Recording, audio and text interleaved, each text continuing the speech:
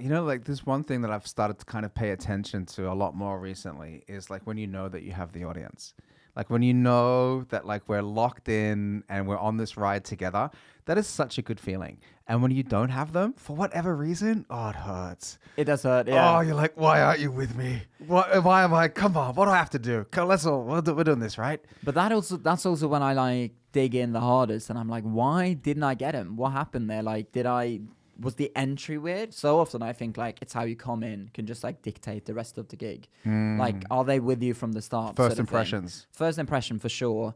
I mean, I'm sure you've done the same. Like, you've done some sort of gig and you've just, for some reason, something's happened in the room and you've just said the wrong thing at the start and they just go, we don't like you. And you're just like, oh boy, this is going to be fun for the next 15 minutes. Dude, it happened to me last night. I did this gig, this launch of a podcast, and I didn't have the right entry. I was like, fuck. I kind of like tried to salvage it, and I never really like unified the room and took them with me on the journey. And it makes a massive difference. Like I've some of the firma gigs, like corporates, we would call it, that I've done. Like I did one with Kjetil Melkevik. Oh, nice. A couple of years ago.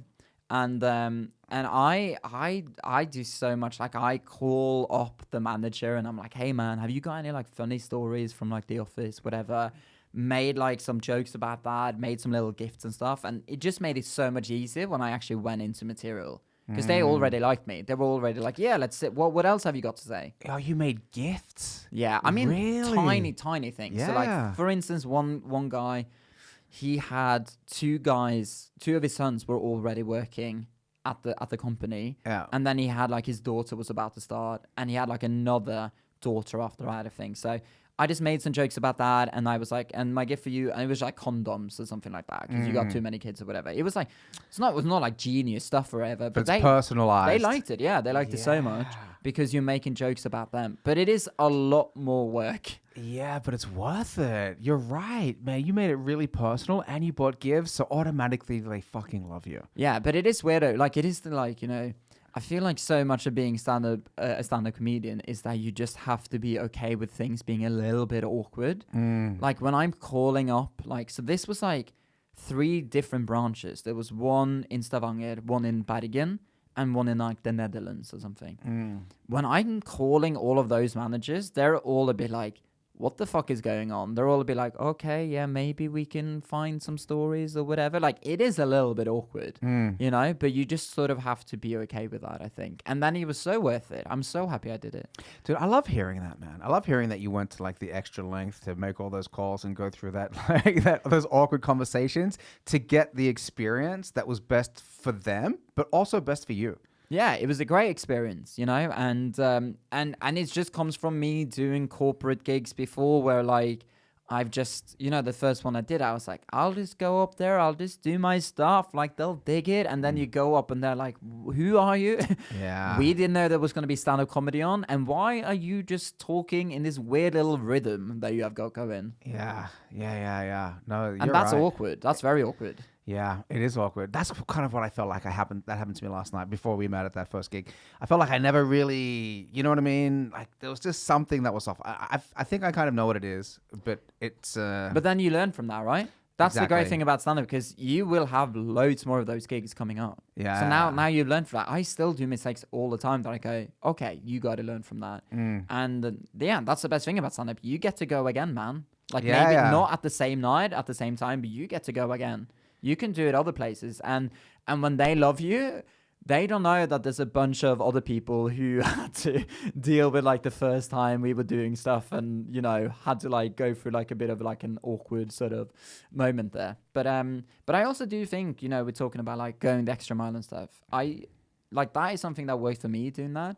But also in Norway, there are so many good people who do like these firma gigs all the time. And they probably don't have to do that in the same way. They are just so good at them. They have so many things that they can go into. They are proper pros, Yeah. So they probably don't want to do that because it's more work. And maybe also they don't have to do that. Yeah, exactly. Because they're so good. Yeah, saying that, man, there used to be this show, what's it called? Like Harald and... Thomas and Harald. Thomas and Harald. I was at a firma gig with them. and Huddled, he memorized the name of like 50 of this company's products. He fucking, I mean, and then I think Thomas, he memorized like 50 people's names. And I was like, oh my God, they fucking really crammed for this. Do you know, that's so funny that you would say that, because my dad works in this big company called Kongsberg Gruppen. Yep. And Harald did like one of their like Christmas shows or something. And he was making loads of fun about like his boss and stuff like that. So it's funny because as I was saying that some of these people don't have to do it, I was thinking, but actually he did it, Yeah, and he he's did one it. of the top guys. He's one of the top guys, and he killed But it. also they get paid so much to They're do getting that. paid bank, They get man. paid so much. Dude, with Kongsberg Group, like Yeah. that must be like this company that, I mean, they must be making billions of kronas. Like it's such a huge. Oh yeah, I thought you meant Thomas. Oh no, Harald, no! yeah. I Yeah. wish they were making billions, but the Kongsberg Group, I mean, Oh, like, yeah. they're getting the best. Yeah, like people. they have like obviously massive deals, like, and yeah, no, I mean like if you did like a Christmas show for them, you would make a lot of money. Yeah, But that's also the hardest thing, isn't it? When you're a comedian, have you ever done? I don't know if you've ever done a gig like this, but sometimes people will go, "What do you charge? Yeah. What is your fee?" Yeah. And that is a tough one. How do you answer that? It's so hard. Yeah. I normally do a bit of research and I'll ask around. It depends if it's something I've done before. Yeah. Because Because it kind of varies as well on the amount of time that they want you to do, and if it's just a 15-minute thing or if it's like hosting for an hour or something. Oh yeah, it depends what they want you to do. For me, it sort of depends a bit like, because I'm still a new comedian. Like it still depends a bit like how big they are. Yeah. So like, but I can get like requests like that either from like me personally as a stand-up comedian, but also quite often we get like an email through the comedy night that I'm running Yeah. in Soho. And the first time we got that, I undersold us so badly. And when we did the gig, I was just thinking, why on earth didn't I say more money? They would have paid. They had so much more money to give. Yeah. And we gave them such a good show. And I was thinking we could have asked for 4 times as much as this. Yeah. And that's annoying. So the next time it happened, I was like, that's not going to happen again. And I think for me, it's a bit like, first of all, I think, especially in Norway, I think when people ask you, to some degree, you got to think of the whole like stand-up community. So if everybody is just like decreasing their rates, everybody's suddenly getting paid less and less because it just seems to be like the normal rate, you know? Yeah. And Norwegian companies have a lot of money. Yeah. A lot of Norwegian companies have. So now, you know, like I heard of someone was doing an Equinor gig. I'm like, they have a lot of money. So it's completely fine to ask for quite a lot of money. And also, it's like, yeah, you might just be doing 15 minutes or whatever, but how much work have you done to make those 15 minutes what they are? Like you worked for years doing that. You like in terms of writing, in terms of doing these weird gigs in the middle of nowhere and maybe not getting paid for them. And you've done all of these things. So you should charge properly, right?